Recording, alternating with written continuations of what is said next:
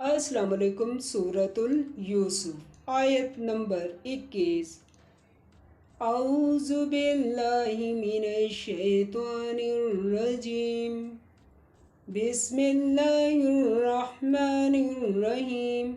اس میں ہم حضرت یوسف علیہ السلام کے ساتھ زلیخا کا قصہ بیان کریں گے۔ لائک کریں، سبسکرائب کریں اور بیل آئیکن پر کلک کریں۔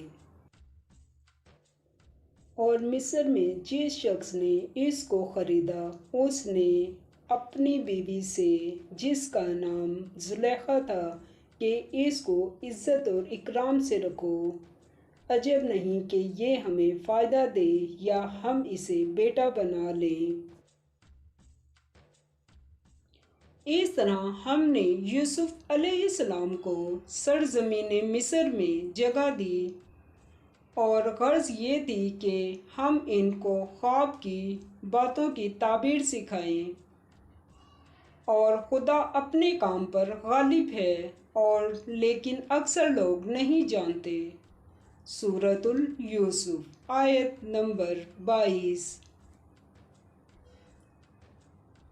اور جب وہ اپنی جوانی کو پہنچے تو ہم نے ان کو دانائی اور علم بخشا، اور نیکوکاروں کو ہم اسی طرح بدلہ دیا کرتے ہیں۔ سورۃ یوسف آیت نمبر 23۔ تو جس عورت کے گھر میں وہ رہتے تھے اس نے ان کو اپنی طرف مائل کرنا چاہا اور دروازے بند کر کے کہنے لگی، یوسف علیہ السلام جلدی آؤ۔ انہوں نے کہا کہ خدا پناہ میں رکھے، وہ یعنی تمہارے میاں تو میرے آقا ہیں، انہوں نے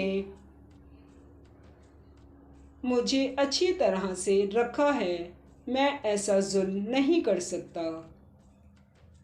بے شک ظالم لوگ فلاح نہیں پائیں گے۔ سورۃ یوسف آیت نمبر 24۔ اور اس عورت نے ان کا قصد کیا اور انہوں نے اس کا قصد کیا، اور اگر وہ پروردگار کی نشانی نہ دیکھتے تو جو ہوتا ہوتا۔ یوں اس لیے کیا گیا کہ ہم ان سے برائی اور بے حیائی کو روک دیں، بے شک وہ ہمارے خالص بندوں میں سے تھے۔ سورۃ یوسف آیت نمبر 25۔ اور دونوں دروازے کی طرف بھاگے، آگے یوسف علیہ السلام، پیچھے زلیخا۔ اور عورت نے ان کا کرتا پیچھے سے پکڑ کر جو کھینچا تو پھاڑ ڈالا، اور دونوں کو دروازے کے پاس عورت کا خامند مل گیا۔ اور عورت بولی کہ جو شخص تمہاری بیوی کے ساتھ برا ارادہ کرے، اس کی اس کے سوا کیا سزا ہے کہ یا تو قید کیا جائے یا دکھ کا عذاب دیا جائے۔ سورۃ یوسف آیت نمبر 26۔ یوسف علیہ السلام نے کہا، اس نے مجھ کو اپنی طرف مائل کرنا چاہا تھا۔ اس کے قبیلے میں سے ایک فیصلہ کرنے والے نے یہ فیصلہ کیا کہ اگر اس کا کرتا آگے سے پھٹا ہو تو یہ سچی اور یوسف علیہ السلام جھوٹا ہے۔ سورۃ یوسف آیت نمبر 27۔ اور اگر کرتا پیچھے سے پھٹا ہو تو یہ جھوٹی اور وہ سچا۔ سورۃ یوسف آیت نمبر 28۔ جب اس کا کرتا دیکھا تو پیچھے سے پھٹا تھا، تب اس نے زلیخا سے کہا کہ یہ تمہارا ہی فریب ہے، اور کچھ شک نہیں کہ تم عورتوں کے فریب بڑے بھاری ہوتے ہیں۔ سورۃ یوسف آیت نمبر 29۔ یوسف علیہ السلام اس بات کا خیال نہ کر، اور زلیخا تو اپنے گناہ کی بخشش مانگ، بے شک خطا تیری ہی ہے۔ سورۃ یوسف آیت نمبر 23۔ اور شہر میں عورتیں گفتگویں کرنے لگیں کہ عزیز کی بیوی اپنے غلام کو اپنی طرف مائل کرنا چاہتی ہے اور اس کی محبت اس کے دل میں گھر کر گئی ہے۔ ہم دیکھتے ہیں کہ وہ سرئی گمراہی میں ہے۔ سورۃ یوسف آیت نمبر 31۔ جب زلیخا نے ان عورتوں کی گفتگو، جو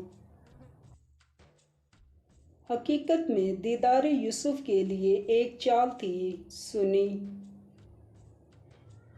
تو ان کے پاس دعوت کا پیغام بھیجا اور ان کے لیے ایک محفل مرتب کی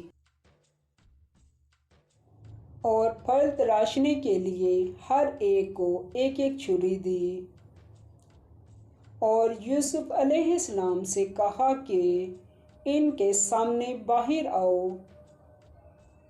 جب عورتوں نے ان کو دیکھا تو ان کا رعب حسن ان پر ایسا چھا گیا کہ پھل تراشتے تراشتے اپنے ہاتھ کاٹ لیے اور بے ساختہ بول اٹھیں کہ سبحان اللہ، یہ حسن یہ آدمی نہیں بزرگ فرشتہ ہے۔ سورۃ یوسف آیت نمبر 32۔ تب زلیخا نے کہا، یہ وہی ہے جس کے بارے میں تم مجھے طعنے دیتی تھی، اور بے شک میں نے اس کو اپنی طرف مائل کرنا چاہا مگر یہ بچا رہا۔ اور اگر یہ وہ کام نہ کرے گا جو میں اسے کہتی ہوں تو قید کر دیا جائے گا اور ذلیل ہوگا۔ سورۃ یوسف آیت نمبر 33۔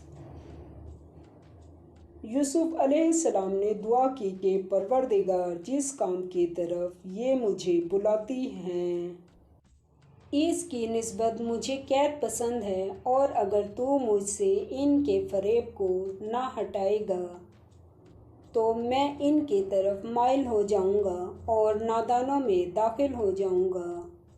سورۃ یوسف آیت نمبر 34۔ تو خدا نے ان کی دعا قبول کر لی اور ان سے عورتوں کا مکر دفع کر دیا، بے شک وہ سننے والا اور جاننے والا ہے۔ سورۃ یوسف آیت نمبر 35۔ پھر باوجود اس کے کہ وہ لوگ نشان دیکھ چکے تھے، ان کی رائے یہی ٹھہری کہ کچھ عرصے کے لیے ان کو قید کر دیں۔